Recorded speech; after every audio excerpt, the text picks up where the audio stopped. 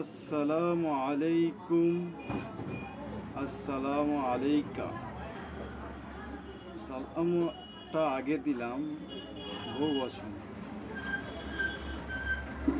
ঠিক আছে। আলাইকাটা একজনের দিলে চলবে, এবার প্রত্যেকে দিতে পারো। সালাম তো শান্তি। এর আগে উচ্চ মাধ্যমিকের দেব, এর আগে মাধ্যমিকের সাজেশন দিয়েছি, উচ্চ মাধ্যমিকের সাজেশন দেবো সম্ভবত। আমি যেটা শ্রবণ করেছি বা শুনেছি বা কালেক্ট করেছি, গ্রহণ করি, যেটা বুঝেছি যে 3রা মার্চ থেকে উচ্চ মাধ্যমিক পরীক্ষা শুরু হবে। আর আমি তার সঙ্গে ভোকেশনালেরও দেব, যেহেতু আমার ভোকেশনালও ছিল আর উচ্চ মাধ্যমিক হায়ার সেকেন্ডারিও ছিল, ঠিক আছে। এইচএস হায়ার সেকেন্ডারি ভোকেশনালও ছিল। তা ভোকেশনালে ছিল ইটিসিএম, ঠিক আছে, ইঞ্জিনিয়ারিং টেকনিক্যাল ম্যানেজমেন্ট থেকে ছিল। আর জেনারেলে এটা আর্টস ছিল ভোকেশনাল। সেই জন্য বলছি দিক থেকে টিপস দেবো, অসুবিধা কিছু নেই।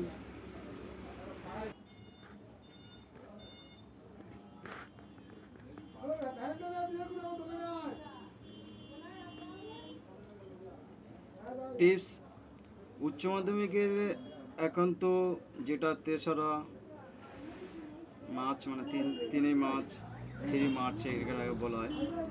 তা আর্টসের যেটা হায়ার সেকেন্ডারি বোর্ডের যেটা পরীক্ষা ছিল জেনারেল, সেদিক থেকে আমার যেটা সাবজেক্ট ছিল সেটা আমি বলবো।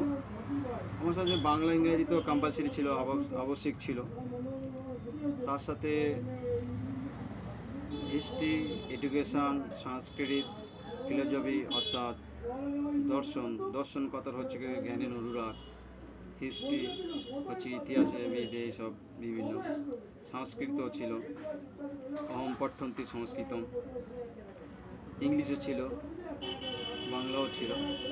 এটা আর্টসে হায়ার সেকেন্ডারি ছিল।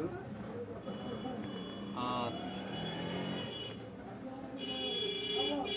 আপনার যেটা ভোকেশনাল থেকে যে সাবজেক্টগুলো ছিল, সেই সাবজেক্টে ওই ইংলিশ বেঙ্গলি কম্পালসারি ছিল, আবশ্যিক। আর ম্যাথ, ফিজিক্স, কেমিস্ট্রি আর কম্পিউটারে 2টো সাবজেক্ট ছিল।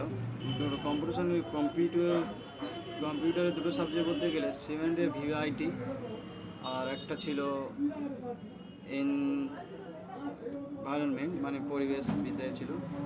টোটাল 8টা যৎসম্ভব ছিল। অনেকদিন আগে তো লার্নিং করেছি তো তা অতটা ইয়াদ নেই। যতটা আমার ইয়াদ আসছে আমি সেই অনুযায়ী বলছি। আর এতে ভয় খাওয়ার কিছু নেই। আই এম আনম্যারিড বয়, অহম ন পরিণয়ম বাট কিম, ঠিক আছে। আর ইট ইজ মাই সফট ওড়না, লুঙ্গি, গামছা, কামিং টু ঈদ 2025 ইয়ার। তো এই আমার চ্যানেলটা আছে। হয়তো অনেকজন অনেক কিছু নেগেটিভ তো ফার্স্ট আসবে, পজিটিভও আসবে, কিন্তু নেগেটিভটা বেশি আসলে কোনো নেই, ওতেই মঙ্গলম, মানে মঙ্গল হবে, কারণ কোনো অসুবিধা নেই যারা শ্রবণ করছেন। আর টিপস বলতে গেলে আমি যেটা আমাদের ক্ষেত্রে যেটা হয়েছে, ফার্স্ট তো আর্টসের বিষয় দিয়েছিলাম। আর্টসে সবথেকে বড় কথা, ঘাবড়ানোর কোনো কারণ নেই, চিন্তা করার কোনো কারণ নেই। যেটা তোমার ফার্স্টে জানা আসবে সেটাই তোমার, বলতে গেলে তোমার সবাইকে বলছি, যারা এইচএস দেবে, বয়স ছোটো বড় থাকতে পারে আমার, তা সেই জন্য বলছি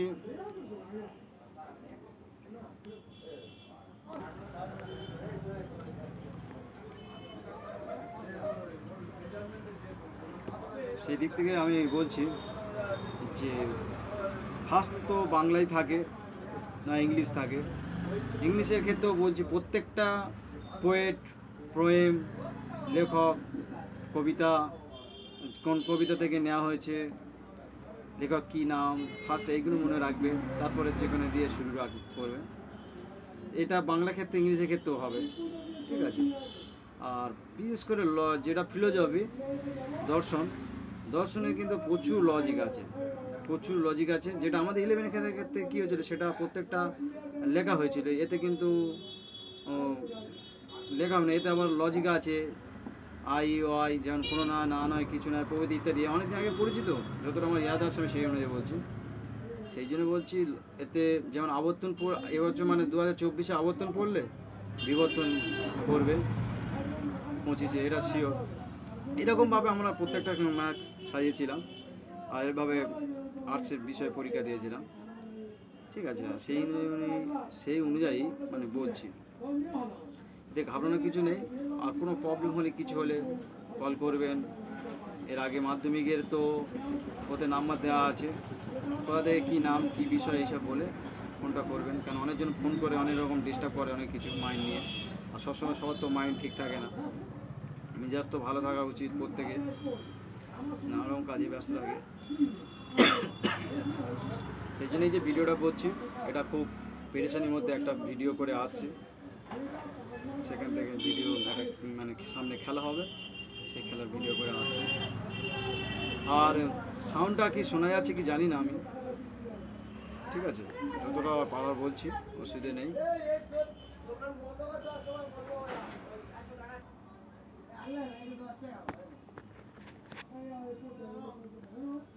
তো আমি সেই ক্ষেত্র থেকে প্রত্যেকজনের বলছি একান্তভাবে,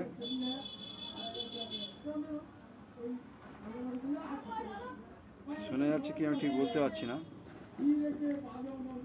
শোনা যাচ্ছে কি আমি ঠিক বুঝতে পারছি না, কিন্তু কি প্রবলেম হচ্ছে। আচ্ছা